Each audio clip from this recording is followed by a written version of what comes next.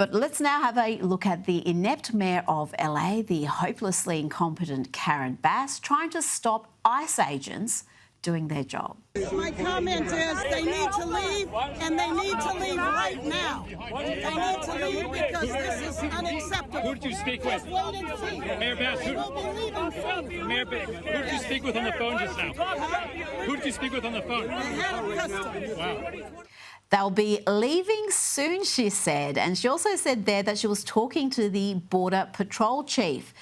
Guess what he told her? As reported by Bill Malugin, Border Patrol Chief Gregory Bovino had this to say: "I don't work for Karen Bass. Better get used to us now because this is going to be normal very soon. We will go anywhere, anytime we want to in Los Angeles." Let's bring in Sky News contributor Kosha Gada. Now, Kosha, we will get to the latest round of tariffs announced by the Trump administration and what Australia can expect shortly. But first, Democrat mayors like Karen Bass and some of the governors are talking tough, but what can they do to stop the deportation program?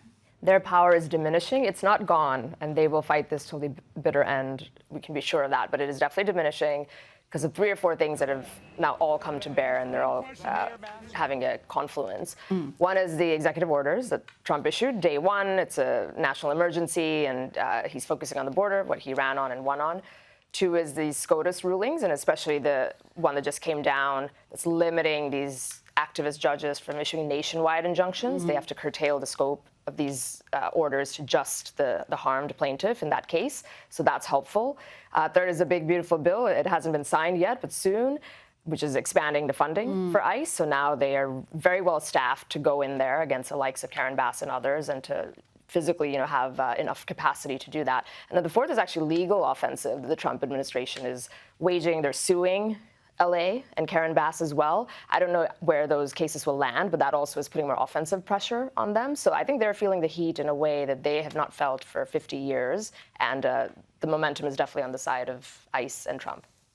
And it's the optics of this is just terrible, I think, for the Democrats to have the mayor trying to stop essentially law enforcement from doing its job when the Trump administration, whatever side of politics you fall on, it has a clear mandate to do precisely this. This isn't a surprise. They campaigned on this and they have a clear mandate to execute these policies. It's been absolutely the issue that really put Trump into the political arena as successfully as it did. This is a signature issue along with trade.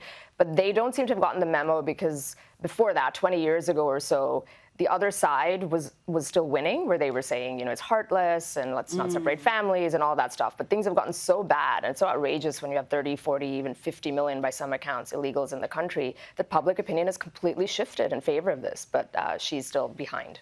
This is it. And the public opinion has shifted amongst legal migrants, which is one of the more fascinating polling numbers showing that the majority of legal migrants back these immigration policies. Now to an issue that is causing great debate amongst the right. The Justice Department and the FBI have concluded they have no evidence that convicted sex offender Jeffrey Epstein was murdered or that he had a client list. They have released video that, if you ask me, raises more questions than it answers. The video is missing a full minute, Kosha. And frankly, few people are buying the claim that there were no powerful men who were benefiting from Epstein's activities. This one, I think, is surprising a lot of people. I like Pam Bondi, so it's not to point the finger at her, but she hasn't helped in this, where, she came out on camera a month ago and did this whole thing with right-leaning influencers who were invited to the White House and they were given these binders, which was stuff we all knew. And then she says, no, I'm just reviewing other documents that are coming out. And they haven't. And even people that are very... She had the list on her desk at one point. Right. So she's on camera saying this. And then this is very anticlimactic. Kash Patel and Dan Bongino, these are figures that are very popular on the right. They're all backing this up. So in a void of information, which is what it is, it will lead to conspiracy theories, which may have truth to them, may not have truth to them, but it's all out there now in the zeitgeist where people just don't believe that any of these things are true, and there's all sorts of things swirling, and we'll see if this is corrected, if Trump can do anything with it. We know powerful men were on that so-called Lolita Express. We know A number of them made repeated trips. We know Jeffrey Epstein. I mean, why is Maxwell in prison if there is no client list? Who was she trafficking these girls to? Because she's in prison for trafficking. Right. There are so many questions, and the missing minute out of this video, no clear explanation on why that is the case. And there was so much time for people within the FBI or the Justice Department to destroy evidence. And I think, again, that gives weight to people who've got conspiracy theories about what really happened. Yep. Have they destroyed evidence? Is there incompetence where some other agency maybe has the evidence? Who knows? Is it that the people on this alleged list are so powerful globally that they really do wield a lot of pressure, and that pressure somehow has been brought to bear? Maybe some of the good guys have skeletons in their closet that they're being threatened will come out if they do this. Who knows? We can come up with things, but this is not helpful, because a lot of people had a lot of hope on transparency and declassification in this administration, and it is better than past administrations, but this is a big one, and it stinks to high heavens. Absolutely. I don't think that can close the case yet. Now, to an issue that we love talking about, because we miss Kamala Harris. She gave us a lot of content, and apparently there's a new book that reveals she used profanity to convince dubious Democrat governors to stand with Joe Biden after that infamous debate performance against Donald Trump. She reportedly said, "This is about saving our effing democracy." And the comment is revealed in an upcoming book on how Trump retook the White House and the Democrats lost America. And Kosha, it seems Kamala's blue talk there worked, because right after the meeting, New York Governor Kathy Hochul and Minnesota Governor Tim Walz appeared in the White House driveway, and they voiced their full support for the ailing president. Fascinating period in American history. We do miss her, and maybe she did fall out of that coconut tree. She kept talking about her mother, saying something along those lines. I find it hard to believe that her blue talk is the reason why those two lined up afterwards. It's probably because they're all about self-preservation and political expediency, and at that point in time, they probably thought the ship hasn't sailed yet. Maybe Lady Macbeth, as Jill Biden was referred to by many people, played a hand. Who knows what it was, but that was probably the reason. And then as the tide turned and people were throwing Joe Biden under the bus when it was just impossible to ignore, very quickly they and others shifted the side over to whatever they had to back at that point. And you do wonder whether Tim Walz was rewarded. I mean, there was a few reasons why she selected him, all of them bad, it turned out, but maybe this was part of it, because, he fell into line very quickly.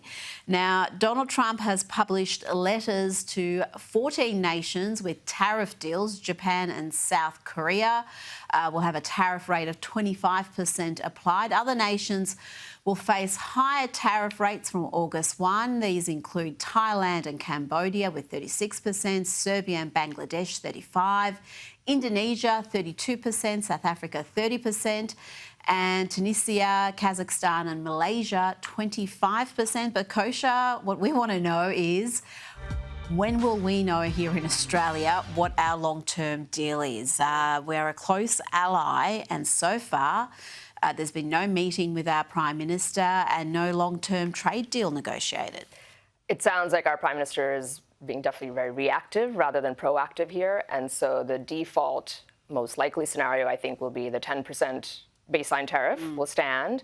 Australia is not at risk for reciprocal tariffs because it's one of the few countries that has a trade surplus with the U.S. So that's what all those numbers that you just went through are about, because those countries we have huge trade deficits with. Yeah. Steel and aluminum, supposedly a 50% tariff is on the table. That's what Trump wants to do, because that sector, those two sectors in particular, are very important to him, and he really wants to revive them. It's his voting base. Last time around, Australia had a carve out for that, and it doesn't seem like that's on the table for now, at least for this one. So I think that's kind of where we're headed in terms of the impact.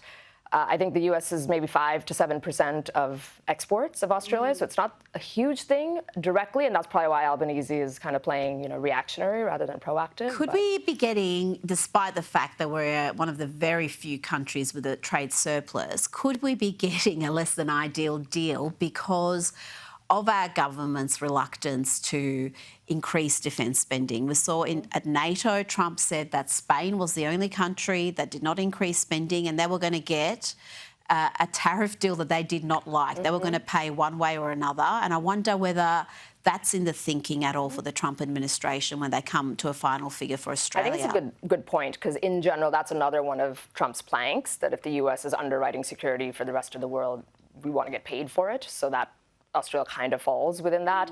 The other one he keeps pointing to is beef, where there's stricter standards. It's not direct tariffs, but the biosecurity laws over here make it very difficult for the US to export beef. And so there's a few sort of pet peeve issues that the Trump administration has. And if they can't negotiate, I think the default will be along the lines of what I just said. And just finally, we know the Prime Minister is meeting with Xi again. Is that a signal to the US that we are cozying up to China perhaps, and we don't see China as a threat as perhaps the US does? I think because Australia is in a unique position given its relationship with the US and with China, where it's the largest trading partner.